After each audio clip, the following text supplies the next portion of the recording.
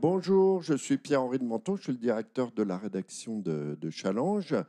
Bienvenue à tous, bienvenue à tous ceux qui sont derrière leurs écrans maintenant ou plus tard, puisqu'on sera bien sûr en replay. Si vous avez raté les autres tables rondes du Printemps de l'économie, c'est pas grave, parce que c'est la plus intéressante et la dernière euh, en ce moment, puisque on va se poser la question, ça aurait dû être la première en réalité, parce qu'on va se poser la question de ce qu'il y a derrière ce mot sobriété. Vous savez, on l'entend tout le temps maintenant ce mot. Le printemps de l'économie est très avisé puisqu'il y a des mois, le Conseil scientifique a choisi ce thème alors qu'on en parlait beaucoup, beaucoup moins. On s'est mis à en parler en gros au début de l'été. Il y a eu une tribune assez médiatisée, paradoxalement, qui a été co-signée par des grands patrons de groupes énergétiques, dont Total Energy ou Engie. Et puis ensuite, le gouvernement n'a plus que ce mot à la bouche. Et l'intérêt de cette table ronde, ce qu'on va essayer de décrypter, c'est de donner un peu de profondeur de champ dans la définition et essayer de voir qu'est-ce qu'il y a derrière, d'un point de vue à la fois, puisque nous avons un plateau d'exception, à la fois d'un point de vue historique, d'un point de vue anthropologique sur d'autres sociétés que nous connaissons mal, qui sont des sociétés sobres ou qui ne le sont pas, je ne sais pas. Et puis, bien sûr, on est au printemps de l'économie, donc d'un point de vue économique. Jean-Yves Grenier, c'est vous qui avez monté cette table ronde. Vous connaissez bien ces sujets. Vous êtes historien, vous êtes directeur d'études à l'EHESS vous êtes aussi membre du conseil scientifique du printemps de l'économie. Alors, je vais vous laisser peut-être vous présenter en deux mots, mais c'est déjà presque fait, et surtout présenter nos deux intervenants. Oui, merci. En fait, vous avez fait ma présentation. Je vais m'arrêter là. Et sinon, on a le plaisir d'accueillir Jean-Baptiste Exay, qui est anthropologue et qui enseigne également à l'École des hautes études en sciences sociales, et Franck-Dominique Vivien, qui est professeur à l'Université de Reims. Alors, cette session a cette particularité, Pierre-Henri de Menton vient de vous le dire, que c'est la seule qui soit organisée par l'École des études en sciences sociales, dont la caractéristique est d'essayer d'avoir des regards croisés en partant de différents points de vue. Et c'est pour cela qu'il y a cette ouverture qui est à la fin, on aurait pu la mettre au début, effectivement, ça aurait été tout aussi logique. Il faut essayer de voir, et c'est le titre que j'ai donné à cette session, qu'est-ce qu'une société sobre? On a souvent le sentiment dans nos discussions, l'évidence est qu'une société sobre, on sait ce que c'est. Quand on multiplie les points de vue, les analyses, on s'aperçoit qu'une société sobre, c'est quelque chose de le plus compliqué. C'est un petit peu ça que je voulais voir discuter aujourd'hui. Voilà, merci beaucoup. Petite précision, donc vous pourrez poser des questions dans la salle vers la deuxième partie de notre table ronde et derrière vos écrans via le hashtag qui doit être indiqué et pour qu'on puisse discuter tous ensemble. Alors peut-être on va poser quelques jalons. Eh bien, je vais me retourner vers vous d'un point de vue historique. Non, moi, je voudrais savoir, permettez-moi juste, ce concept de société sobre, de sobriété, ça remonte à quand, en gros? Après, on va faire le tour du monde et ne vous inquiétez pas. D'accord. C'est assez difficile parce que l'idée de définir la sobriété, elle suppose qu'il y a eu excès d'une manière ou d'une autre. Et dans les sociétés à lesquelles je m'intéresse, évidemment, l'excès n'est pas encore là. Pour faire bien saisir cela, je vais prendre un exemple. Un exemple qui est un exemple d'actualité, c'est le problème des températures dans les bâtiments.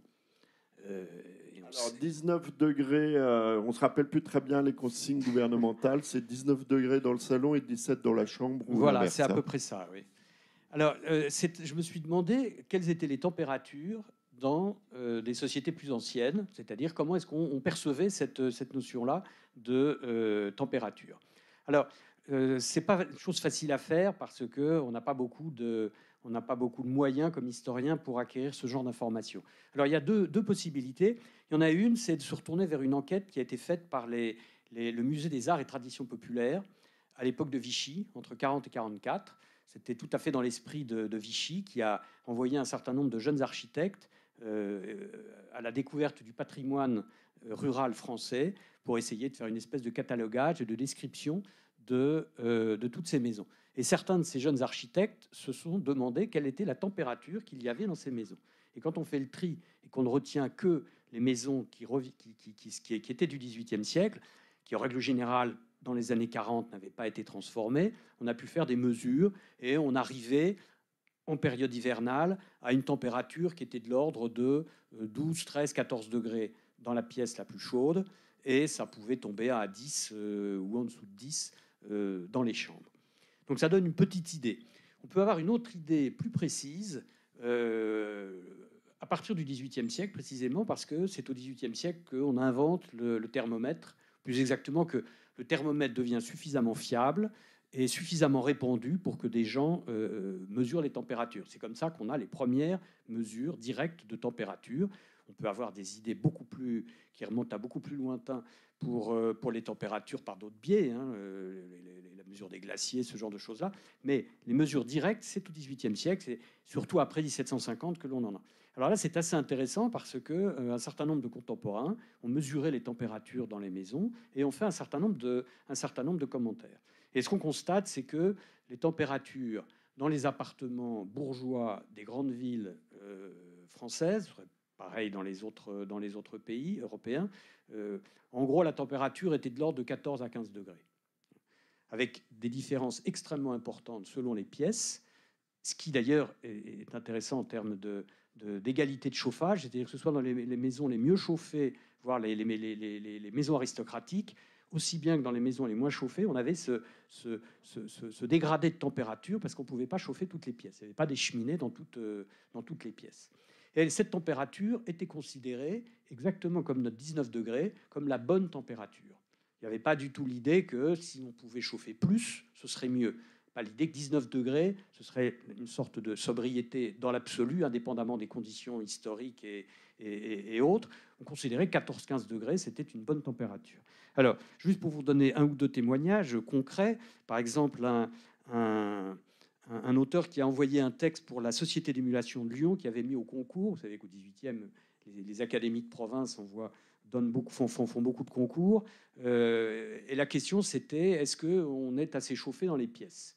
Et lui répondait, moi, je connais bien la question. En règle générale, c'est 14-15 degrés et ça suffit bien. De la même manière, un architecte, François Cointreau, en 1793, écrit un livre d'architecture dans lequel il dit une température de 15 degrés, c'est une chaleur très douce, c'est la chaleur idéale. Voilà, alors on pourrait multiplier comme ça les exemples. Un docteur Macquart, à toute la fin du XVIIIe siècle, dit que la température dans laquelle on n'a ni chaud ni froid, c'est-à-dire notre définition du confort thermique, quand on n'a ni chaud ni froid, est celle entre 14 et 15 degrés. Donc il y a vraiment une unanimité qui tourne autour des 14-15 degrés. Et les mêmes auteurs expliquent que si la température augmente, c'est dangereux pour la santé. Et certains disent, en particulier le docteur Macquart dit, voilà, j'ai passé une après-midi dans une pièce qui était beaucoup trop chauffée, j'ai mesuré, elle était à 19 degrés, et il faut absolument pas cela, parce que la santé se détériore avec ce type de température. Voilà, donc c'est un petit constat qui est assez solide, hein, dans la mesure où ce sont des données très fiables, mais c'est un petit constat qui montre un peu que non seulement l'historicité de l'idée de sobriété, enfin ça on s'en doutait un petit peu, et l'idée que c'est pas, on a des conditions de vie qui, pour nous, sembleraient des conditions assez difficiles à supporter, et renvoient à un imaginaire culturel, un imaginaire religieux. Le froid est une valeur en soi, hein. Au XVIIIe siècle, on considère que ce qui fait référence au froid a plus de valeur parce que ça renvoie à la vertu, ça renvoie à une certaine ascèse. Et on trouve un accompagnement dans toute cette littérature sur la bonne température, l'idée que 14-15 degrés, c'est bien, mais il ne faut pas dépasser ça. Bien, je vous interromps parce que je voudrais qu'on voit avec Jean-Baptiste Exet tout à fait passionnant. Alors moi, j'ai deux réactions. Un, on a de la marge, quand même. Et deux, ce qui m'a beaucoup intéressé, c'est la notion, bon, c'est difficile de remonter effectivement au XVIIIe siècle, est-ce qu'on parlait de sobriété, mais il y a cette notion de confort, de bonne température, où il ne faut pas commettre d'excès, d'avoir trop chaud, etc., ce qu'on peut retrouver aujourd'hui. Alors, vous allez me raconter, nous raconter un tout petit peu votre vie d'anthropologue, où vous êtes allé, les témoignages que vous avez pu recueillir, et peut-être nous amener sur le terrain de cette sobriété. Est-ce que c'est quelque chose qui est propre à notre société de consommation, enfin, ou de post-consommation occidentale, ou est-ce que ce concept existe dans d'autres sociétés, peut-être en parlant, par exemple, des températures des logements? La sobriété, telle que elle a été énoncée, c'est la rencontre entre un dispositif de comptage et une subjectivité. Et comme l'a dit mon collègue, on peut vite considérer que c'est un problème de riches, parce que c'est en réaction à un excès, ou au contraire, on peut dire que les sociétés dites traditionnelles, qui n'ont pas un accès lourd aux énergies carbonées, ne sont pas concernées par la sobriété, parce que c'est un état de fait, en fait. Ce n'est pas une subjectivité qui s'exprime par là. Mais il y a une tentation autre quand on va vers l'anthropologie, c'est d'être confronté à des différences telles qu'on veut aussi, et c'est très courant ces derniers temps, trouver dans différents groupes, dans différents types de populations, des modes de vie, des ressources qui tendraient à faire de la sobriété là aussi une valeur. Donc plus du tout un état de fait accepté parce qu'on ne crée aucun excès, et évidemment pas le problème de riche auquel on est confronté nous. Moi, l'exemple auquel j'ai été confronté sont effectivement des sociétés sobres, austères ou frugales. Là aussi, il y a une galaxie de termes qui décrirait plus ou moins bien ce dont on parle, mais des sociétés qui ont mis en avant cette valeur de manque. Moi, je travaille parmi les populations pastorales du sud-ouest éthiopien, et plus précisément les Mursi, dont vous avez certainement en tête les images avec des femmes à plateau. Ils ont eu un grand succès iconographique. Ce qu'il y a de très particulier, je vais commencer par vous dire une anecdote. Il y avait une petite période de famine. Je dis une petite période de famine parce que c'est la famine structurelle qu'on appelle la soudure entre deux périodes de récolte. Il y a toujours une période de manque plus ou moins grand. Pour moi, c'était évidemment un manque abyssal. J'avais très faim et j'ai essayé, au bout de 2 jours sans manger, de négocier une chèvre auprès d'un de ces pasteurs pour évidemment la tuer et avoir 2 jours de viande. Et il ne voulait pas, me la vendre, et j'ai insisté en faisant monter le prix. La demande était bien supérieure à l'offre, et pour finir par un prix exorbitant, en me disant là, je casse l'offre, je casse le marché, je remporte la mise. Il refuse et me dit mais pourquoi est-ce que tu veux cette chair? Moi j'ai dit mais parce que j'ai faim, parce que je suis affamé, j'en peux plus. Il me dit mais c'est une tradition de chez nous, ça, avoir faim. Et du coup, c'est juste un exemple qui montre que ces personnes ont appris depuis le plus jeune âge à accepter cette situation de manque et cette situation de faim. Donc on peut le voir par un ensemble de faits dans leur vie. Le refus d'avoir des couches. Moi, je leur demande mais pourquoi vous n'avez pas des lits? Pourquoi vous ne dormez pas sur un lit de paille? Pourquoi vous dormez au sol? Mais parce qu'on est capable de le faire, parce qu'on est libre avec ça. Parce que demain on peut partir, on peut dormir n'importe où. Parce que si on part à la guerre, il faut être prêt. Et du coup, les jeunes garçons tout particulièrement mettaient un point d'honneur à dormir en plein air, sans hutte, à même le sol, sous la pluie. Donc, il y avait aussi des manières de manger. Il faut toujours manger sans se délecter, manger au plus vite, au plus fort, en montrant qu'on s'est bien rempli, mais surtout pas en montrant qu'on a profité de l'action que l'on vient de faire. Donc là, ça rentre, il y a un ensemble de pratiques qui montre aussi que ce dénuement matériel qui caractérise ces sociétés, qui sont semi-nomades... Je vous interromps, je suis désolé. Je voulais savoir, parce qu'on parlait des classes sociales, en gros, il faisait la même chaleur dans les appartements bourgeois et les châteaux, il n'y a pas tellement de distinction, hein, si j'ai bien compris. Est-ce que là, le chef ou on va dire les classes dirigeantes de vos tribus, est-ce qu'eux, ils ont des couches, est-ce qu'ils ont un mode de vie différent des autres? Alors là, ils ont peut-être moins de sobriété, je ne sais pas. Alors là, c'est une particularité locale, c'est d'avoir justement une société sans pouvoir centralisé, sans différence de richesse qui va jouer en fait sur un mode de vie différent. En fait, ce qui va être l'enjeu de différence de richesse, ça va être certaines actions, certains coups d'éclat qui vont au contraire montrer des pratiques de l'excès.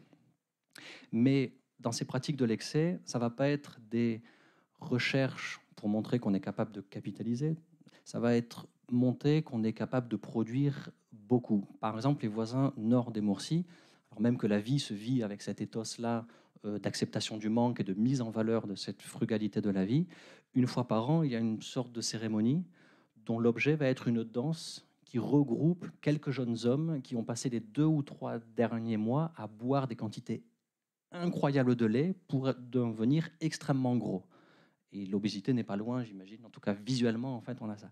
Et donc, c'est une manière, en fait, on pourrait dire, tiens, de jouir, de consommer en excès. En fait, c'est dans des espèces de cérémonies agonistes entre les personnes, en fait, pour montrer les capacités de production et pour montrer qu'on est capable d'avoir des dépendants. On est capable de produire un peu plus que ce qu'il faut pour faire vivre notre propre corps. On est capable d'avoir des dépendants, les dépendants étant en partie les épouses, qui elles-mêmes sont capables de produire aussi, et d'être évidemment ses enfants, des enfants. Donc ces jeunes hommes vont montrer leur capacité de production, et c'est leur corps qui va leur servir de stockage pour montrer cette capacité d'excès-là. De la même manière, on va parfois avoir des sacrifices multiples de bovins qui sont des denrées très rares. Donc on ne va jamais accepter de tuer une chèvre parce qu'on a faim. Mais si par exemple on a fait une faute, on va accepter de tuer un certain nombre de têtes de bétail pour montrer que l'on renonce à cette richesse qu'on a pu accumuler les dernières années et qu'on va se plier à l'exercice d'en reconstruire d'autres. Donc, la taxe sur les super profits, un peu ça.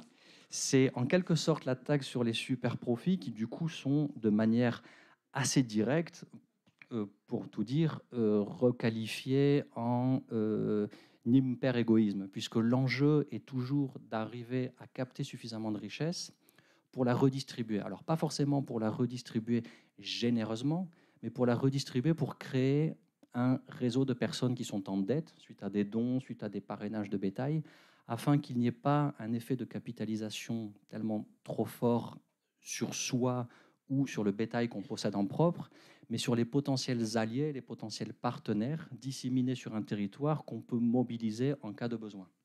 Et donc, dans un cas comme dans l'autre, on a une pratique d'excès qui va entraîner une violence envers soi, un tout contrôle, qu'on sait faire grossir son propre corps jusqu'à entraîner la mort dans certains cas, ou au contraire une pratique de capitalisation dont l'objet va être cette capacité à montrer à l'autre qu'on y renonce. Très bien, je vous remercie beaucoup, c'est tout à fait passionnant. On va un petit peu changer d'univers avec notre économiste. On voit venir, mais on est toujours sur les mêmes thématiques, on voit beaucoup avec ce retour de ce discours à la sobriété, on voit apparaître pratiquement dans le même temps, parallèlement, une forme de, on va dire, de lutte des classes vertes, en quelque sorte, puisque on accuse vous avez sans doute vu la carte de Paris des températures d'appartements, par exemple. Donc, on voit que tout l'ouest parisien se chauffe beaucoup plus que les autres. On accuse les ultra-riches d'avoir des jets. Donc on a le sentiment en fait que les deux pensées s'entrechoquent un petit peu. Ces deux traditions économiques, hein, celle autour des inégalités, celle de la sobriété. Et je voulais savoir, comment est-ce que vous percevez ça? Quelles sont les racines, on va dire, dans la théorie économique de cette sobriété et cette forme aussi de volonté d'égalitarisme devant la sobriété? Alors, est-ce que c'est le retour du Club de Rome? Est-ce qu'on est revenu à la pensée qu'on pouvait avoir à cette époque-là, par exemple? Alors, on va y revenir sur le Club de Rome, parce qu'effectivement, je pense qu'il y a une étape dans les années 70, mais je pense que ça accompagne toute la révolution industrielle, en fait, cette histoire-là. On a évoqué le 18e, mais en fait, à partir de la révolution industrielle, qu'est-ce qui est en train de se mettre en place? Eh bien, c'est précisément une augmentation des quantités d'énergie. Et depuis ce temps-là, finalement, l'histoire du développement économique, c'est des quantités d'énergie de plus en plus importantes et qui continuent aujourd'hui. Donc, il y a une espèce de promesse qui est faite, finalement, à l'avenir. L'abondance, pour utiliser un autre terme qui est revenu dans le débat, qui nous est promis. Et ce discours sur l'abondance et le caractère un peu illimité, la croissance qui voudrait offrir la société de consommation de masse, c'est ce qui s'est passé à partir du XXe siècle. Finalement, c'est bien une promesse, en tout cas pour les Occidentaux, qu'ils vont enfin pouvoir goûter à tout un tas de biens, de besoins satisfaits, et puis l'avenir ne serait que la promesse d'autres besoins satisfaits, etc. etc. Je pense que ces discours-là, hein, qui existent depuis quelques siècles, s'accompagnent aussi de discours en fait sur la sobriété. Hein. On pourrait regarder les historiens, je pense à François Jarich par exemple, hein, un historien de l'énergie et de l'environnement, qui montre effectivement que parallèlement à ces discours de promesses assez optimistes, eh bien, il y a aussi des discours aussi de grands économistes. Hein, je pense par exemple à Jevons, hein, sur la question du charbon en 1850, qui dit oui, mais en fait, cette abondance que connaît l'Angleterre au 19e siècle, du fait de ces mines de charbon, en fait, cette abondance va finir un jour, parce que le charbon est limité, les ressources sont contraintes, et donc il y a bien la prospérité de l'Angleterre un jour qui va s'arrêter. Voilà ce qui est arrivé, puisque le pétrole est arrivé juste derrière. Hein. Effectivement. Et donc, voilà, je pense qu'on pourrait plonger, il y a probablement un travail intéressant à faire d'historien, d'économiste, d'anthropologue, pour voilà, reprendre en fait toutes ces racines historiques. Et puis, c'est vrai, de temps en temps, vous avez raison, il y a une sorte de cristallisation en fait de ce débat. Hein. Vous évoquez le Club de Rome, les années 70. Hein, et puis, c'est aussi le premier choc pétrolier, en fait. Hein. Voilà, en 72, 73, on a 2 années là tout à fait intéressantes, hein, puisqu'il y a en même temps ce discours d'alerte, finalement, sur la poursuite à long terme de la croissance. Hein. Et le Club de Rome dit il faudrait commencer à réfléchir, finalement, aux limites qu'on rentre au planétaire, qu'on rencontrera nécessairement un beau jour. Hein. Et puis, il y a ce premier choc pétrolier, hein, où d'un coup, effectivement, les pays de l'OPEP décident de récupérer une partie de la rente pétrolière, hein, et donc, du coup, renchérissement du prix de l'énergie. Voilà. Et c'est vrai que ça va créer un choc important. Et la question de la sobriété va revenir dans le débat public. Hein. Ceux qui ont un certain âge se rappellent peut-être de la chasse au gaspillage. Hein, en France, on n'a pas de pétrole, mais on a des idées, hein, et qui vont en même temps effectivement faire revenir la question de la sobriété. Par exemple, c'est à ce moment-là où il y a des politiques qui vont être mises en place pour l'isolation des bâtiments, hein, l'isolation thermique. Donc on a bien ce côté de sobriété qui va effectivement démarrer. Et en même temps, c'est vrai que c'est le moment aussi où, par exemple, on va accélérer le programme de l'énergie nucléaire en France, hein, et qui va nous amener aussi à installer des radiateurs électriques un peu partout. Et donc la question de la sobriété, elle va aussi être laissée de côté. Finalement, ce qu'on va chercher, c'est qu'on consomme le plus, y compris d'ailleurs pour que l'énergie nucléaire puisse trouver des relais de croissance. Le question à l'économiste, est-ce que sobriété veut forcément dire moins de croissance? Est-ce qu'on peut imaginer par les technologies, c'est un peu le discours d'Emmanuel Macron ou le Bill Gates, d'imaginer une société de croissance qui soit sobre grâce à des nouvelles technologies. On a vu le pétrole, qui est quand même très très facile à utiliser, pas cher du tout à remplacer le charbon, qui devenait de plus en plus compliqué à extraire. Le nucléaire est venu remplacer partiellement le pétrole. Maintenant, on vous parle des renouvelables, avec des objectifs extrêmement ambitieux qui ont été établis par l'Agence internationale de l'énergie. Est-ce que cette voie-là, c'est un peu le mainstream? Qu'est-ce que vous en pensez? Est-ce qu'on peut imaginer une croissance sobre, ou est-ce que c'est forcément antinomique? Quand on regarde les experts, hein, il va falloir qu'on réduise en fait nos consommations d'énergie. Et je pense que ce que les technologies vont nous permettre de faire ne permettrait pas en fait de baisser suffisamment. Donc je pense qu'on est vraiment sur une vraie contradiction aujourd'hui. Le pari qui est fait, vous avez raison, hein, c'est plus de sobriété. En fait, on va optimiser nos consommations énergétiques. Hein, donc voilà, c'est plus d'efficacité, on va y arriver. Mais je pense que pour l'instant, si on veut être sur la ligne d'un facteur 4 en 2050, hein, pour respecter les objectifs de réduction des émissions de carbone, il faut diminuer véritablement nos consommations énergétiques. Et donc là se posent effectivement d'autres options que certains vont appeler décroissance ou éventuellement sobriété peut-être. Donc c'est vrai que vous avez raison, en fait, derrière ce terme sobriété, il y a différentes interprétations, il y a différentes promesses qui sont aussi en conflit. D'accord. Alors moi, je voudrais savoir, quand vous revenez d'Éthiopie, quel regard vous avez sur notre société, et avec ce mot sobriété qui est apparu, c'est intéressant de voir vous comment vous le percevez par rapport à cette société de consommation qui date en gros on va dire des années 1960, peut-être un peu avant. Enfin, là, on a eu la reconstruction puis les 30 Glorieuses. Est-ce que c'est la fin d'un cycle? Est-ce que la prise de conscience, elle est réelle selon vous? J'aimerais bien avoir le regard de l'anthropologue. ça va être impensif, mais c'est vrai que quand on a fréquenté des populations comme les Mursis, qui justement mettent en scène cet ethos du manque, de l'acceptation de la douleur, quand on arrive dans nos sociétés où au contraire, on a mis en scène la capacité à acquérir, à consommer et à jouir, là on a un grand Oui, écart mais il y a aussi violent. une tendance. Voilà. Il y a aussi une tendance. Il y a aussi une tendance à mettre en avant vraiment, je sais pas, les mouvements véganes ou des choses comme ça, qui sont des tendances à mettre un rejet de ça, à une tendance à mettre en avant une forme de souffrance aussi.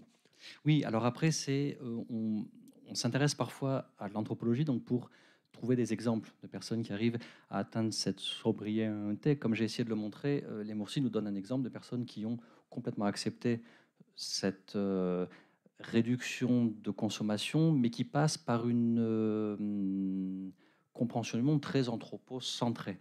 Là où parfois on voit d'autres exemples fournis par l'anthropologie où ça passe par une sorte d'hyperconscience, d'hypersensibilité du monde. On prend souvent les populations amazoniennes et d'autres comme étant les dépositaires de cette connaissance, voire cette préscience qui nous manquerait nous et dont eux seraient très sensibles. Une chose aussi qu'il faut bien saisir si on reprend l'exemple des Mursis, c'est qu'une des particularités, c'est que quand ils sont dans ces pratiques d'austérité, c'est évidemment envers leur propre corps, donc c'est vraiment le sujet qui reste l'unité première. Quand ils sont dans ces pratiques de l'excès, comme n'importe qui, en fait, ils le font à partir de choses qu'ils vont traiter comme des flux. En fait, le bétail est une chose impossible à capter. Il faut tout de suite le redistribuer. En fait, une des particularités qu'on a quand on vient ici, c'est beaucoup plus, pas tant la capacité de produire que la capacité de stocker. Quand on voit les pratiques des Mursis, on s'aperçoit que les pratiques d'excès comme les pratiques de manque restent à l'échelle des capacités des personnes.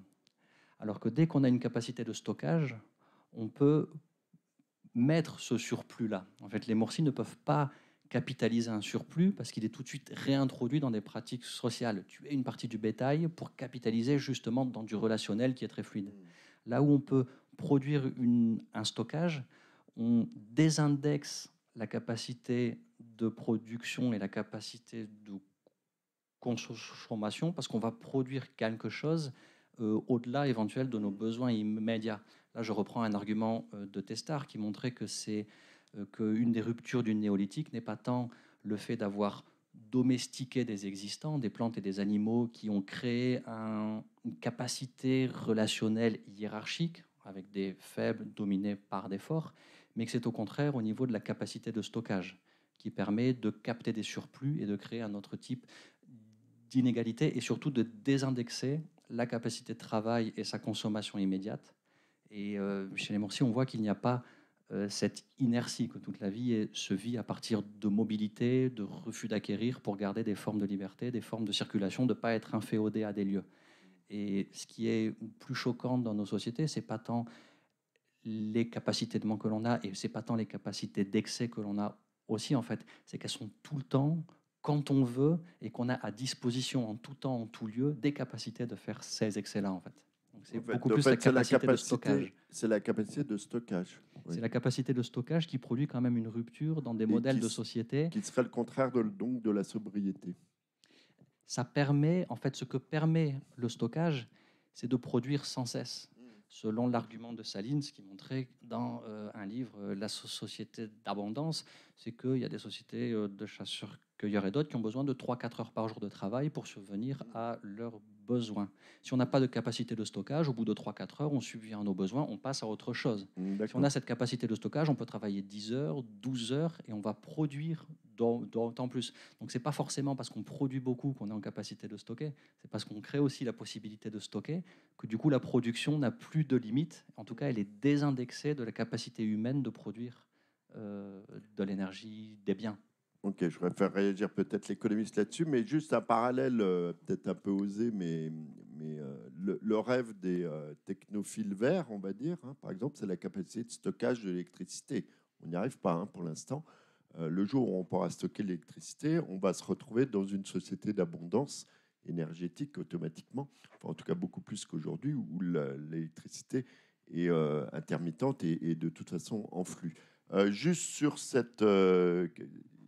je sentais chez l'anthropologue, ça devait résonner dans le cerveau de l'économiste, hein, parce qu'on a assisté, nous, par exemple, à des excès d'épargne absolument incroyables pendant la période de confinement, hein, des phénomènes comme ça, assez sidérants. Juste vous faire réagir sur flux et stockage et sobriété. Alors, ce n'est pas exactement les termes que j'utilise, moi, donc je suis pas exactement... Sur cette idée qu'effectivement, la sobriété serait plus une économie de flux avec au juste besoin, plutôt que de stocker et d'accumuler. Alors, voilà, c'est le terme accumulé, en fait. Voilà. C'est bon, je l'ai débloqué. Plutôt, alors, accumuler. Plutôt que stockage, c'est ça, en fait. C'est la capacité d'accumuler. Voilà, je pense qu'on est d'accord. Et d'accumuler de la richesse. Et effectivement, et on arrive au capitalisme, qui est précisément le système qui met au centre, finalement, des préoccupations la capacité à accumuler les choses pour produire toujours plus, en fait. Voilà. Et donc, c'est vrai qu'on voit qu'il y a une sorte de renversement par rapport à enfin, c'est ce qui s'explique Salins. Hein. Voilà. Alors que on a des sociétés comme ce que vous décrivez finalement, hein, qui gèrent effectivement le manque de manière complètement inversée par rapport à nous, quoi. Voilà, hein. Nous, on a l'impression que le manque, il est premier. Et donc, on se vit finalement comme des éternels insatisfaits. Hein. On a besoin de toujours plus. Et effectivement, le système économique capitaliste de l'accumulation des moyens de production promet précisément qu'on satisfera toujours plus les besoins. Alors, on va se tourner vers l'historien de l'économie, mais juste vous faire réagir là-dessus.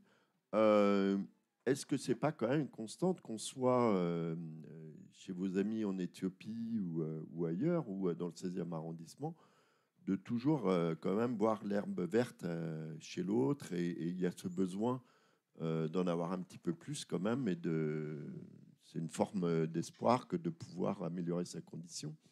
Est-ce qu'on peut se satisfaire complètement de sa condition? Est-ce que c'est pas intrinsèque à l'espèce humaine finalement d'en vouloir toujours plus? Oui, ça c'est une vaste question.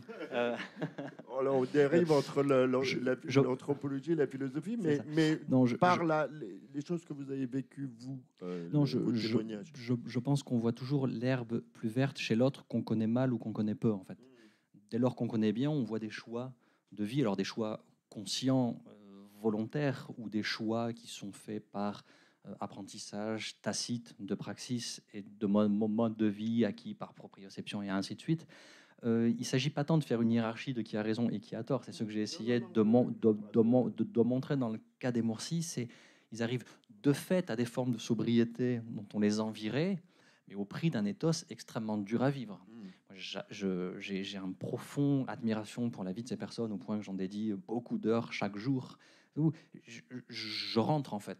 Je rentre parce qu'il y a quand même des choses qui me retiennent ici, en fait. Je n'ai pas trouvé là-bas un Eldorado qu'il n'y aurait pas ici. Ils n'ont pas de téléphone portable, par exemple, vos Morsi? Depuis très peu de temps, en fait. Depuis D'accord, très parce peu de que temps. C'est quand même l'herbe, là, elle est peut-être beaucoup plus verte quand on regarde ce qui se passe sur le monde. Pour le moment, alors c'est aussi des populations, une partie de leur dite sobriété, on va s'en tenir à ce terme, repose aussi selon l'argument de James Scott, qui a parlé d'une zone qui s'appelle la Zomia en Asie du Sud-Est, des populations qui refusaient la domination par des États, par des empires, qui sont allés dans des zones refuges et qui ont adopté des pratiques en refusant éventuellement l'écriture, une certaine forme d'agriculture, tout ce qui pouvait les inféoder et tout ce qui pouvait faire d'eux des êtres potentiellement captifs, comme un registre de naissance, des identités, des noms et tout. Chez les Moursi, on retrouve un petit peu ça, parce que c'est vrai que les biens de consommation que depuis quelques années, dizaines d'années, hein, moi en 2012, j'ai quand même eu des personnes qui me demandaient mais l'Éthiopie c'est où? Donc c'est pour dire ils sont restés en marge, mais pas par incompétence, pas par zone temporelle, mais par volonté de rester, en fait, de contourner ce type de vie-là qu'ils ne leur semblait pas si profitable que ça. Et c'est vrai que les biens de consommation justement les plus appropriés sont justement ceux qui permettent ces flux-là, en fait, les téléphones portables, les talkie-walkie, mais assez peu encore tous les biens qui permettraient des stockages. Alors évidemment, un bidon en plastique est plus pratique qu'un bidon en argile, mais toutes les matières premières qui permettraient de construire des maisons un petit peu plus dures, de se faire ces fameux lits dont j'ai manqué pendant des mois, ils en ont un refus net. Le portable, au contraire, leur permet d'augmenter cette capacité de flux et cette capacité de fuite aussi, dès lors qu'ils ont des problèmes avec l'État et tous ces acteurs exogènes qui voudraient les capter. Merci beaucoup. Alors, on parlait là de capitalisme et sobriété. Vous êtes historien de l'économie. Je voulais savoir, est-ce que vous êtes d'accord avec cette interprétation qu'effectivement l'accumulation, donc c'est le système capitaliste et donc ne peut pas être vraiment sobre, hein. Je caricature un petit peu. Oui, tout à fait. Je trouve que la discussion prend une excellente direction dans la mesure où je pense que cette articulation flux-stock explique beaucoup de choses. Alors, quant à la naissance du capitalisme, l'un des premiers philosophes qui a mis en évidence cette nouvelle économie qui est arrivée, c'est John Locke. Et John Locke a insisté sur la question de la monnaie, en disant, voilà, la monnaie, ça va permettre d'accumuler du travail. Quelqu'un qui travaillera beaucoup plus que ses besoins immédiats pourra accumuler par le biais de la monnaie. Et on sait à quel point ça va avoir un impact considérable par le biais de l'accumulation monétaire puis du capital. Et plus généralement, la logique flux-stock, elle est au fondement de l'histoire de l'énergie de nos sociétés. Parce que qu'est-ce qui bloque au XVIIIe siècle et dans tous les siècles antérieurs? C'est le fait que l'énergie que l'on peut utiliser, c'est le flux annuel que le Soleil dispense. On ne peut pas aller au-delà. Il n'y a aucune capacité à accumuler de l'énergie. Et ça, c'est quelque chose qui est fondamental. Comme on sait que, par exemple, au XVIIIe siècle, les énergies, ce qu'on appelle nos énergies renouvelables, c'est-à-dire le vent et l'eau, ça représente très peu de choses. Contrairement à ce qu'on pourrait croire, on ne va pas redécouvrir l'énergie renouvelable. L'énergie renouvelable, c'est nous qui l'inventons. Parce qu'au XVIIIe siècle, c'est très peu de choses. C'est moins de 2% de l'énergie consommée vient de l'énergie renouvelable. C'est quoi les 98%? Alors les 90, alors ça dépend beaucoup des périodes, mais en gros, si on se place à la fin du XVIIIe siècle, il y a 3 types d'énergie musculaire, donc hommes et femmes et les animaux. La deuxième, c'est cette énergie renouvelable, donc vent et eau, moins de 2%. Il y a une enquête qui a été faite sur 8 pays européens, et si je me souviens bien, en 1810, ça représentait 1,7% du mix énergétique. C'est très peu de choses. Et le reste, c'est la combustion. Donc pour l'essentiel du bois, avec une particularité de l'Angleterre, puisque l'Angleterre est un pays qui se détache, et ça explique beaucoup de choses dans la révolution industrielle, puisque c'est le premier pays à avoir mobilisé très massivement le charbon. Dès 1700, c'est-à-dire une époque quand même extrêmement ancienne, dès 1700, la moitié de la consommation énergétique anglaise était assurée par le charbon. C'est Edward Wrigley qui a montré ça dans un livre qui est sorti il n'y a pas très longtemps et qui a l'objet de beaucoup de discussions. Donc, du coup, il y a une contrainte, et la contrainte, par exemple, aux températures que j'ai indiquées, qui sont socialisées, intégrées culturellement pour faire en sorte qu'on considère que 14-15, c'est très bien et qu'il ne faut pas plus. Il y a une donnée objective derrière, c'est que entre les capacités techniques et le flux d'énergie que le Soleil nous donne, on ne peut pas dépasser cette quantité-là.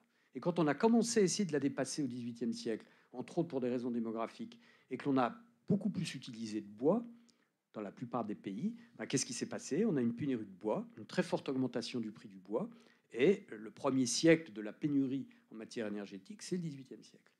Et si on a utilisé de plus en plus le charbon après, c'était pas du tout pour passer d'un régime sobre à un régime plus consommateur, c'était pour assurer, pour garantir ce que j'appelle régime de sobriété pour rester dans le langage des printemps de cette année, mais c'était pour garantir ces 14-15 degrés.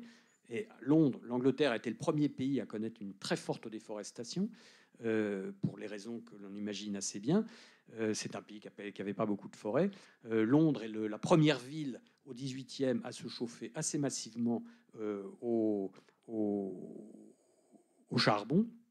Et c'est une réponse au fait que le prix du bois augmentait considérablement en Angleterre, augmente considérablement en Chine. C'est un des arguments de Pomerantz pour dire que le régime de consommation chinois, n'ayant pas le charbon de l'Angleterre, a rencontré une limite et ça n'a pas permis de passer à un autre régime de consommation. Enfin, tout ça pour dire que la logique flux-stock est fondamentale et ce qui va transformer radicalement le monde économique et le passage au capitalisme dans le domaine de l'énergie, c'est de passer de flux d'énergie fixe, le soleil, a la possibilité de consommer un stock accumulé sur une période très très longue, stock que l'on est en train d'épuiser, même si On c'est... essaie de retrouver par le stockage d'électricité. Exactement, par mais le exemple. stockage d'électricité, c'est une façon de retrouver exactement le problème que se posait le mix énergétique du XVIIIe siècle.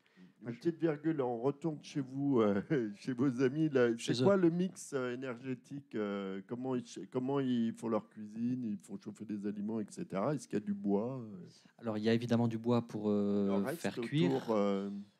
Il en il n'y a reste. pas de problème de parce pénurie que- Non, aussi parce que c'est un mode de vie très particulier, parce qu'il y a des grands écarts, en fait, et des pluies erratiques. Donc, il y a eu une capacité d'adaptation assez grande. En fait, il faut multiplier à la fois les types d'aliments qu'on peut avoir. Donc, il y a de l'agriculture, de la cueillette, de la chasse, de l'élevage, et il y a de la mobilité très très grande, quoi. Donc, c'est une population très répartie sur un territoire. Donc, il y en a partout très peu, en fait, avec une densité très faible. Là, c'est musculaire. Et avec la particularité aussi de ne pas se servir, pour le coup, de l'énergie musculaire des bovins, qui ne sont pas pensés comme étant une capacité de travail, et qui sont pensés comme, je l'ai montré de manière extrêmement brève, non pas tant comme une capacité de stockage en tant que portion de protéines disponibles, en fait, mais comme des personnes qui vont les aider à procéder à ce processus de cueillette. Au niveau intentionnel, comparé à d'autres types d'élevage, on peut avoir l'impression qu'en pratique, les faits sont à peu près les mêmes, des personnes qui gardent des troupeaux, qui font grossir, qui les reproduisent. Au niveau intentionnel, ça va être davantage des troupeaux qui vont fournir du lait. La viande est quelque chose de pas très élevé dans l'ordre symbolique et d'absolument pas recherché. Par contre, c'est le lait. Et donc, on va avoir une manière de connaître l'environnement et de vivre le paysage comme des chasseurs-cueilleurs qui vont cueillir avec l'aide de ces bovins-là, qui sont très pratiques parce qu'ils sont eux-mêmes l'outil de transformation de l'herbe en lait, en fait. Donc on a aussi, ils fournissent des exemples, plein de petits intermédiaires dans nos catégories très grandes, entre il y a les chasseurs-cueilleurs d'un côté, les éleveurs de l'autre, les agriculteurs de l'autre. Là, on a des populations qui explosent un peu tout ça, du coup, qui se servent de leur énergie à eux, et l'énergie des bovins dont ils se servent, c'est en fait davantage pour transformer l'herbe en lait que pour faire de l'agriculture.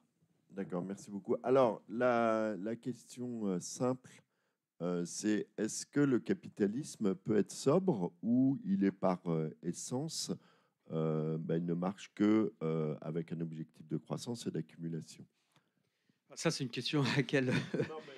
Je vais lui poser aussi, mais Alors, on va dire avec le regard historique et puis le regard de l'économie, disons c'est de la qu'avec théorie économique. avec le regard de l'historien, et ça reprend une question qui a déjà été abordée à d'autres sessions ici, moi je fais une observation très empirique, c'est qu'il y a une corrélation très forte entre la croissance du PIB et la croissance de la consommation énergétique. Et cette décorrélation, on n'a jamais été capable de la faire.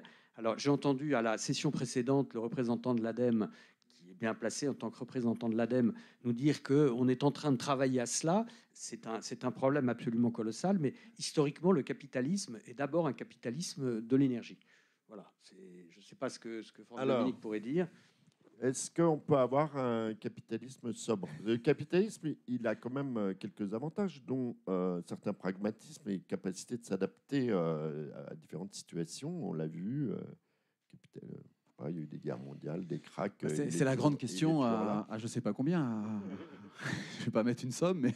C'est pratiquement une des dernières questions du printemps de l'économie. Donc là, il faut nous donner une réponse et puis on va laisser la parole à la salle. Non, je n'ai pas de réponse à donner. Je pense que c'est ça le grand pari. En tout cas, c'est la promesse que maintenant il nous fait. C'est une capacité, justement, enfin, les arguments, vous les avez donnés, hein, sa grande capacité de plasticité, d'adaptation à tout. Et donc, on arriverait, alors je ne sais pas s'il va être sobre, mais en tout cas, il serait écologique, quoi. Voilà. Est-ce qu'il faut y croire? Alors, on termine sur une question. Oui, voilà. Donc, n'hésitez pas, si vous avez des questions derrière vos écrans ou dans la salle, c'est le moment. Il faut qu'on se lance. Ben, voilà, monsieur. Alors, je ne sais pas comment ça marche. Il y a un micro dans la salle. C'est peut-être mieux qu'on puisse bien l'entendre. Voilà.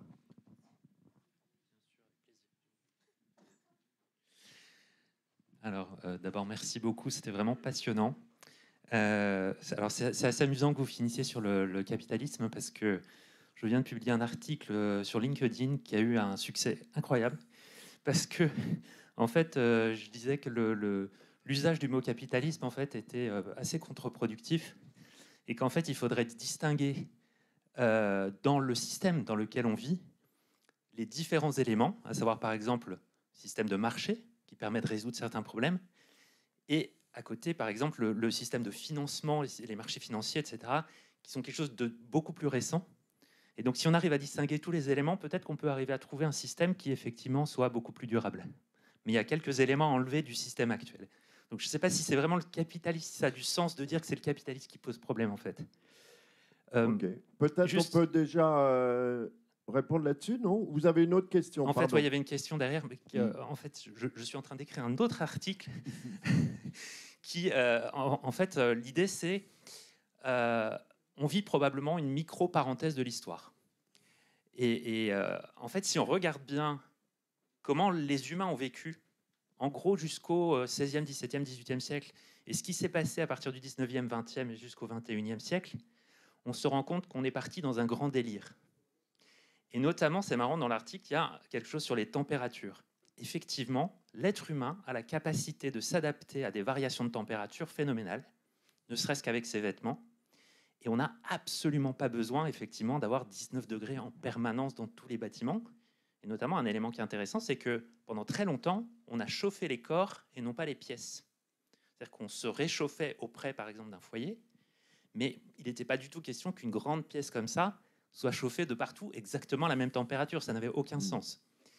Donc, il y a plein d'éléments comme ça où on va peut-être aller rechercher dans le passé des choses qu'on est capable de faire et finalement des choses, on est allé chercher un confort dont on n'a vraiment pas besoin. Ce sera peut-être ça la sagesse de l'avenir. Voilà, En merci s'inspirant des beaucoup. Alors, populations il de y ça. avait deux, je vais traduire en questions, si vous Bien le sûr. permettez. Une, déjà, sur ce terme un peu fourre-tout de capitalisme. Est-ce que vous considérez qu'il y a effectivement différents systèmes, comme le pense monsieur, qui sont côte à côte et peut-être des excès, les marchés financiers court-termistes, mais il y a une économie sociale et solidaire à côté, un monde associatif, par exemple en France, est extrêmement important. Comment est-ce que vous percevez ça? Parce que nous, on est un peu systémique, c'est vrai, là, dans l'approche. C'est une question difficile, hein, bien sûr. C'est-à-dire que nos économies, vous avez raison, elles sont en même temps très capitalistiques d'un côté, et puis il y a des systèmes de redistribution aussi qui fonctionnent. Par exemple, la sécurité sociale, c'est pas un système capitaliste, c'est autre chose qui est en train de fonctionner. Vous parlez de l'économie sociale et solidaire. Donc c'est vrai que vous avez raison. Si on commence à rentrer un peu dans le détail, on va s'apercevoir que c'est pas un pur capitalisme où on ne serait que des entrepreneurs, chacun. Enfin voilà, c'est des systèmes qui sont complexes, mais quand même globalement, il y a quand même une logique capitaliste. Si on regarde l'ensemble des biens, des services qui sont produits, globalement, quand même, c'est extrêmement présent. Alors après, vous avez raison, ça. Alors, je suis pas sûr qu'on puisse enlever des morceaux, mais ce qu'on peut peut-être par contre observer, c'est que le capitalisme du XVIIIe siècle n'est pas exactement notre capitalisme du XXIe siècle. Enfin, vous évoquez effectivement ce capitalisme financier qu'on a vu arriver, monter en puissance à partir des années 80-90. Donc c'est ça aussi, c'est-à-dire que capitalisme, en même temps des choses qui restent un peu telles quelles. On a parlé de l'accumulation du capital qui reste au-delà des âges, je dirais, le principe de base. Et en même temps, les formes que veut prendre le capitalisme ont quand même évolué de façon considérable, quoi. Donc, ça renvoie à cette question de la plasticité. Après, est-ce qu'on peut enlever des morceaux comme ça? Peut-être, je sais pas. Après, c'est compliqué. Ça tient aussi ensemble, tout ça. Et ça évolue avec le temps. Mais enfin, ça peut être une piste sur laquelle il faudrait qu'on réfléchisse un peu plus Et précisément. alors, l'autre question, c'était plus pour l'historien. C'était est-ce que finalement, on ne vit pas une petite parenthèse là qui a commencé en gros à la première révolution industrielle à la fin du XVIIIe siècle. Et alors, bon, je sais pas, derrière, il y a question, il y a aussi, est-ce que c'est la fin de cette parenthèse, quoi? Oui, alors, est-ce que c'est la fin de la parenthèse? Je ne sais Parce pas. qu'en gros, Mais- hein, on vit jusqu'à la guerre, avant la guerre de 14, on vit pas très différemment d'avant, quoi, du point de vue, on va dire, de la sobriété, alors, peut-être, sauf certaines couches sociales. par rapport à la sobriété, c'est compliqué. Ça dépend si on se place au niveau des représentations, la façon dont on vit l'activité économique, ou si on regarde tout bêtement des statistiques économiques. Où là, le changement serait dans les années 1860. Hein.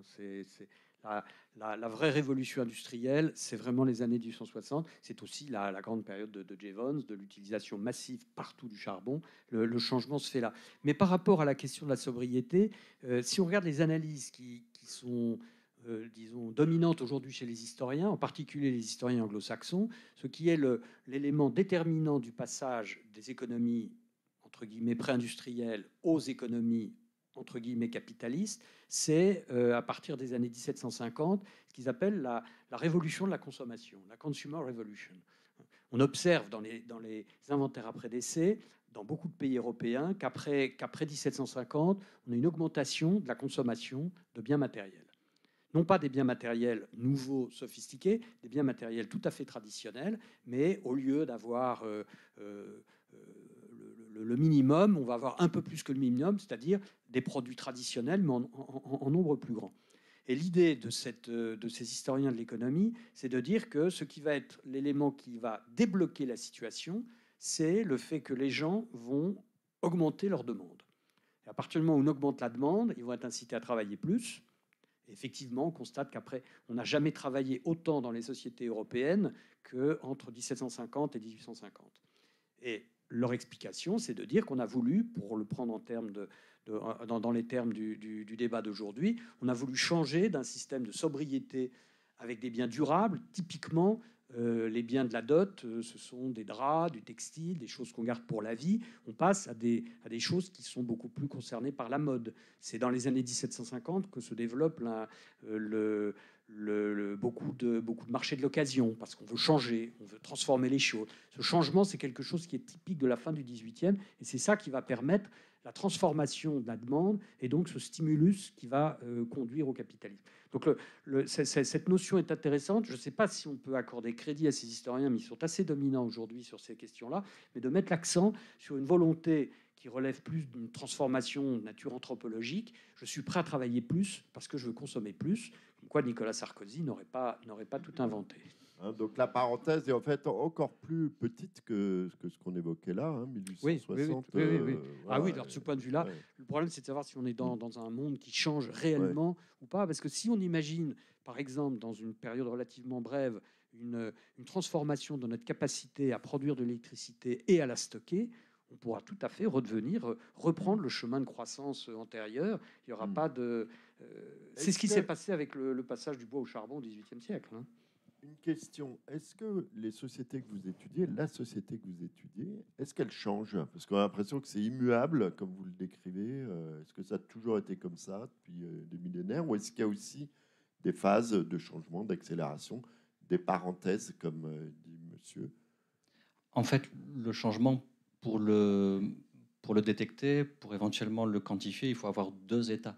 Évidemment, ces gens-là, on les connaît par l'anthropologie et même par d'autres types de personnes depuis relativement peu de temps. C'est des cultures qui laissent assez peu de traces matérielles. Du coup, on peut remonter dans l'histoire, dans l'archéologie de manière très faible. Ce dont on est sûr, c'est que le peu de traces qu'ils laissent ont témoigné d'un dynamisme extrêmement fort. Et les Mursi, je vais vous donner un petit scoop qu'on présente dans la littérature, les livres de Salgado, de Hans Sylvester, comme des sociétés descendants de la reine de Saba, tout un tas de trucs comme témoins de l'aube de l'humanité. Ils ont 150 ans. Voilà, c'est un autre groupe qui, à travers Solomo, c'est un front pionnier qui a traversé un fleuve et qui a créé des sections territoriales et des clans et tout, qui ont quelques dizaines d'années de vie. Donc évidemment, ça se modifie, mais ça se modifie de tout temps, en fait. C'est juste que les modifications dont on parle pendant le XXe siècle, parmi ces populations qui ont fait l'âge d'or de l'ethnologie, c'est des modifications légèrement téléologique, puisque de meilleure inclusion dans une économie de marché et d'allant vers de la propriété foncière, des cadastres, de l'enregistrement des identités, du salariat et tout. Donc c'est des changements qu'on était beaucoup plus capable de détecter comparé à d'autres types de changements qu'on est moins capable de détecter, mais qui sont évidemment là en fait de tout temps. Ok, on va prendre une question de Madame. Voilà. Hop, vous avez le micro à côté. Que je me lève, je crois, pour la question de caméra. Je me pose une question et je vous pose cette question. La sobriété, je me demande si elle ne va pas s'installer spontanément. Je discutais avec ma voisine qui n'est pas de la même génération que moi. Et Bon, quand le mur de Berlin s'est effondré, je me souviens, à l'époque, je courais dans le parc de Saint-Cloud avec Alain Juppé. Et le matin, au petit matin, quand on est allé courir, je lui ai dit, c'est une catastrophe, le mur est tombé, mais on n'a pas de réponse. Parce que ces gens, ils vont venir et puis ils vont voir qu'on est dans l'erreur inverse de ce qu'ils ont connu, mais voilà. Parce que nous, on est dans le monde soi-disant libre, qui a l'économie libérale, et cette économie libérale, elle repose sur tout un ensemble de postulats qui sont assez faux. Et elle les a fait fonctionner en faisant des abus, un petit peu comme on voit en ce moment dans le métavers, hein, mais ce n'est pas notre sujet. En particulier, elle a tout basé sur la croissance du PIB. Pour pouvoir investir, il faut être dans un pays où le PIB est en croissance. Voilà. Et pour assurer la croissance du PIB, on a utilisé stimuler les capacités des 5 péchés capitaux de l'individu, en supposant que l'individu est égoïste, égocentrique, etc., etc. Or, en fait, c'est absolument faux. L'homme n'est pas du tout égoïste. C'est le seul mammifère qui n'a que son cerveau pour se défendre.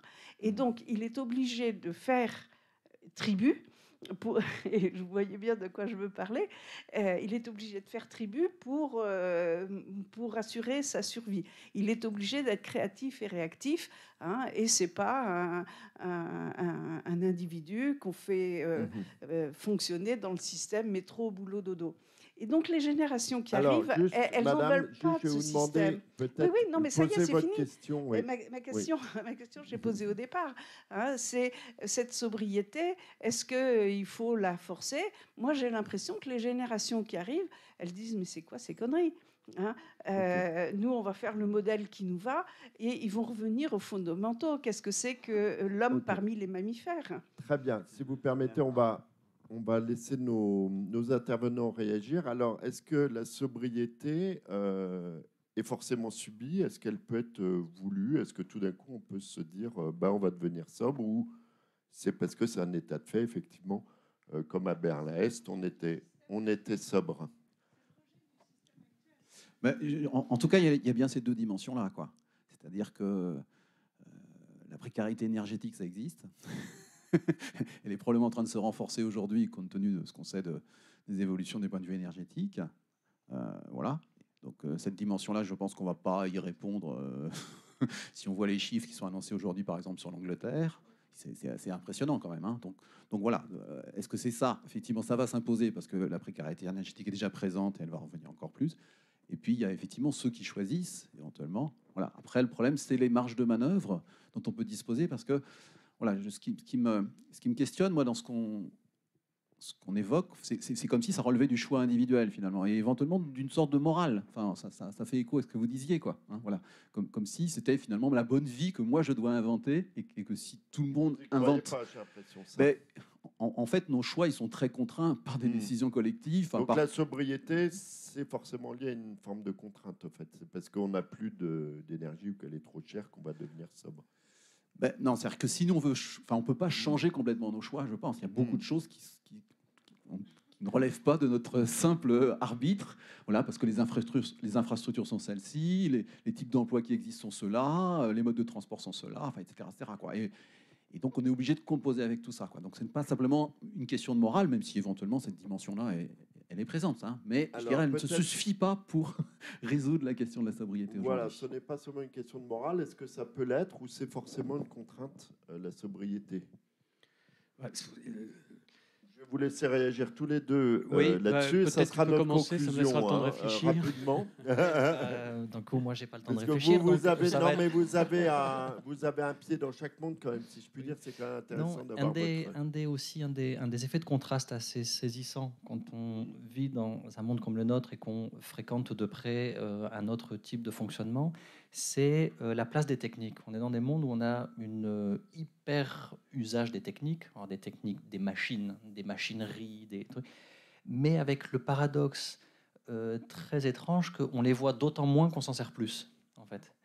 il y a un effet de masquage de toutes les infrastructures, Voilà, de toute la machinerie continuité de énorme. mon corps, C'est ça. c'est ça. Voilà. Oui. Et d'une certaine façon, il faudrait, pour la petite part, là je suis assez d'accord avec mon collègue, pour la petite part qui nous appartient de baisse de consommation énergétique, arrêter de se faire duper en quelque sorte par toute cette organisation de vie et par tous ces progrès immenses en design, que tout ce dont on se sert n'a pas une origine extrêmement laborieuse qui passe par des machineries et par des processus de transformation lourds. Quand on a un Mac, c'est pas seulement une plaque satinée, grise en fait. C'est des métaux précieux, c'est du commerce international, c'est un fil électrique qui s'enfonce pas dans la terre et puis il part, et par magie, il y a une chose. Et on a eu des vraiment effets de design qui nous masquent tous ces processus-là. Si au lieu de faire venir les camions citernes qui réapprovisionnent les stations-service, on les faisait venir en pleine journée, on se rendrait compte du côté laborieux, coûteux pour l'humain, pour les processus. Si on était un peu gêné par les processus dont on se sert, alors qu'on a fait tout un siècle de design qui nous a justement masqué toutes les machineries qu'on utilise à plein. Ça permettrait de faire des prises de conscience qui seraient directement réintégrées dans des pratiques, parce que ce ne seraient pas des contraintes imposées par un en haut, comme un maître d'école qui veut moralement nous réorganiser, mais qui mettrait, on met au premier plan la contrainte que vous voulez pour avoir la vie que vous souhaitez. Et là, on se rendrait compte de la lourdeur de ce qu'on demande un petit peu plus. Et ça pourrait modifier C'est ce en qu'on partie voit, les consciences. par exemple, dans l'étiquetage des produits maintenant, où on met la consommation, etc. C'est un peu cette logique-là. Alors, est-ce que la sobriété, Je répondrai en un mot est-ce que assez... c'est une morale ou est-ce que c'est une contrainte économique, point final, et puis, En fait, il y a eu on est en train de vivre un grand renversement parce que au 19e siècle, l'idée du progrès économique, donc la mobilisation de toutes ces énergies, c'était le progrès social. Et le progrès social, c'était le progrès de la consommation. Pour Marx, passer du socialisme au communisme, c'était de libérer les contraintes de la consommation pour que chacun puisse jouir et posséder selon son envie. Et toute l'organisation du système capitaliste, le développement de la publicité, du marketing, était évidemment là pour contrer les risques de surproduction qui ont toujours menacé le capitalisme. Ces risques de surproduction devaient se transformer en progrès social. Chez Marshall, c'est tout à fait caractéristique. Marshall considère que la révolution industrielle anglaise au 19e siècle, ça permet le progrès de la consommation des classes populaires.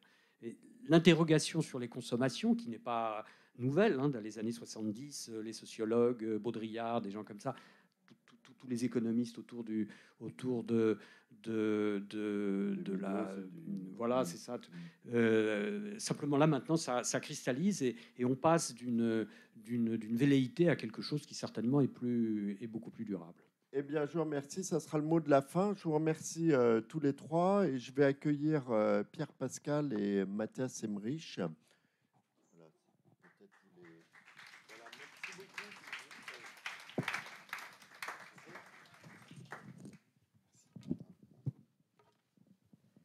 Eh bien, voilà. Alors, c'est le grand moment. C'est le point Pierre-Henri, final. c'est le grand moment. Et ce que je voulais dire, c'est à quel point cette session de l'HESS avait été absolument passionnante. Et je souhaiterais que tous les étudiants d'économie en ce moment bénéficient de l'enseignement dont j'ai moi-même bénéficié quand j'étais étudiant, puisque on faisait de l'économie, mais on faisait énormément d'histoire économique. On avait des enseignements d'anthropologie et à quel point on sortait de la fac d'éco avec une vision interdisciplinaire. C'était l'époque aussi où on parlait beaucoup plus d'économie politique que de sciences économiques. Ça m'a rappelé d'excellents souvenirs. Cette session est passionnante et j'invite les jeunes à regarder beaucoup les sciences sociales. En anthropologie, il y a plein de places, c'est absolument fabuleux. Et franchement, avant Parcoursup, étudiez bien vos choix d'études et choisissez vos désirs et choisissez ce qui peut vous enrichir. Et les sciences sociales, ça peut contribuer à cela. Et Pierre-Henri, quand tu as dit au début, ça aurait pu être la session introductive, eh bien, figure-toi que j'ai quasiment regretté. C'est vrai que ça aurait pu être la session d'ouverture où on aurait pu commencer, donc toutes mes excuses, voilà. Et c'est vrai que ça aurait pu être prochaine. Le HESS pourrait ouvrir avec des regards croisés sur toutes les sciences sociales. Exactement. Effectivement, je pense qu'on gagne beaucoup Allez voir ce qui se passe ailleurs, ce qui s'est passé, ce qui se passait il y a 2 siècles, ou ce qui se passe à quelques milliers de kilomètres. Mathias, peut-être un petit mot. Très rapidement, juste d'abord pour remercier Pierre-Pascal Boulanger pour l'organisation de ce 10e forum. Ensuite, pour dire à tout le monde qu'on a un petit pot qui vous attend dehors. Vous dire que moi, j'ai pas pu assister à tout, mais j'ai trouvé que cette session était particulièrement passionnante. Et je suis tout à fait d'accord pour dire que l'économie est d'abord une science sociale et que les éclairages des autres disciplines sont essentiels.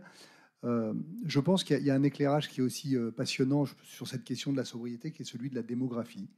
Parce que je pense que la transition démographique est maintenant très solidement engagée. Il y a énormément de continents qui sont en déclin démographique et de pays très riches. Est-ce que la richesse ne va pas aussi, et l'excès de richesse avec des effondrements démographiques? Je pense au Japon. Il y avait une table ronde là-dessus, sur la démographie. Et non. Eh ben alors, c'est pour la prochaine fois. Mais à culpa. On a décliné en 30 sessions, mais c'est vrai qu'on a eu 2 oublis. La démographie, et on a oublié la dimension juridique. On aurait pu faire parler effectivement les juristes. On sait que les juges ont condamné à plusieurs reprises, par exemple l'État pour inaction climatique. Et c'est vrai qu'il y a toute une dimension juridique qu'on a oubliée, mais à culpa, mais on fera mieux l'année prochaine. Juste pour conclure sur la dimension démographique, il y a à la fois la transition démographique, je pense au Japon, je pense à l'Italie, je pense à l'Espagne, je pense aux anciens pays de l'Est qui ne font plus d'enfants et qui sont en train d'imploser démographiquement. Ou la Chine. La Chine en fait partie, on voit les évidemment. Qui sont croisés avec évidemment. Mais je pense aussi à l'anxiété climatique, qui est un phénomène qui monte. Et quand on écoute un peu nos enfants, beaucoup disent moi, je ne vois pas pourquoi je ferais des enfants dans cette situation, dans cette planète. Peut-être un, mais 2 à peine. Enfin, c'est une génération où cette question de la reproduction est très présente et proche à la situation dans laquelle on est. Situation qui va dans la mauvaise direction. Il y a encore un article du Monde, je crois, hier ou aujourd'hui, qui dit on est en France dans une situation où maintenant on pense qu'on aura 3,8 degrés de croissance de la température à la fin du siècle. Donc le scénario à 1,5 auquel on s'accroche est peut-être déjà un scénario du passé. Et mon autre réflexion, c'est que le sujet de la sobriété, évidemment, un sujet du moment. Ce qu'on voit très clairement, c'est que quand l'énergie devient plus rare et plus chère, en réalité, on ne laisse pas les mécanismes de marché fonctionner. C'est-à-dire qu'on subventionne massivement les énergies fossiles. Il faut savoir qu'il y a déjà 6 trillions de dollars tous les ans de subventions aux énergies fossiles, mais au moment où l'énergie fossile devient plus chère, ces 6 millions deviennent peut-être 6 trillions, deviennent 7, 8, parce que on est dans un système, comme l'a dit un des intervenants, dont on ne peut pas s'arracher à l'énergie fossile. Car le système, au-delà de nos volontés personnelles, c'est un système qui existe. Le système automobile, il existe tel qu'il est, et les gens sont captifs de ce système. Donc la vérité, je crois, c'est que malheureusement, on n'a pas fait beaucoup d'efforts depuis 20 ans. Dans 10 ans, quand le printemps de l'économie fêtera sa 20e année, il faudra avoir réduit la production de CO2 de moitié, à peu près. Et c'est un défi incroyable parce que ça veut dire qu'il faut faire 5 à 10% de baisse des émissions de CO2 tous les ans. Tous les ans. Donc l'effort qu'on fait en ce moment, il faut le répéter tous les ans pendant les 10 années à venir. Et jusqu'à maintenant, comme l'a dit un des intervenants tout à l'heure, on n'a jamais su le faire. Eh bien voilà, sur cette note optimiste, un dernier mot de la fin. Oui, un dernier mot. Merci à nos auditeurs. On a été aussi nombreux sur le volume de l'ensemble de l'opération que les années précédentes. Donc merci de votre intérêt pour le printemps économique, mais surtout pour les choses sociétales et politiques au sens noble du terme. On ne vous lâche pas, on revient en 2023. Merci à nos partenaires, merci bien évidemment à notre mécène principal, Omnes Éducation, de soutenir une belle opération comme cela, et à tout bientôt. Au revoir.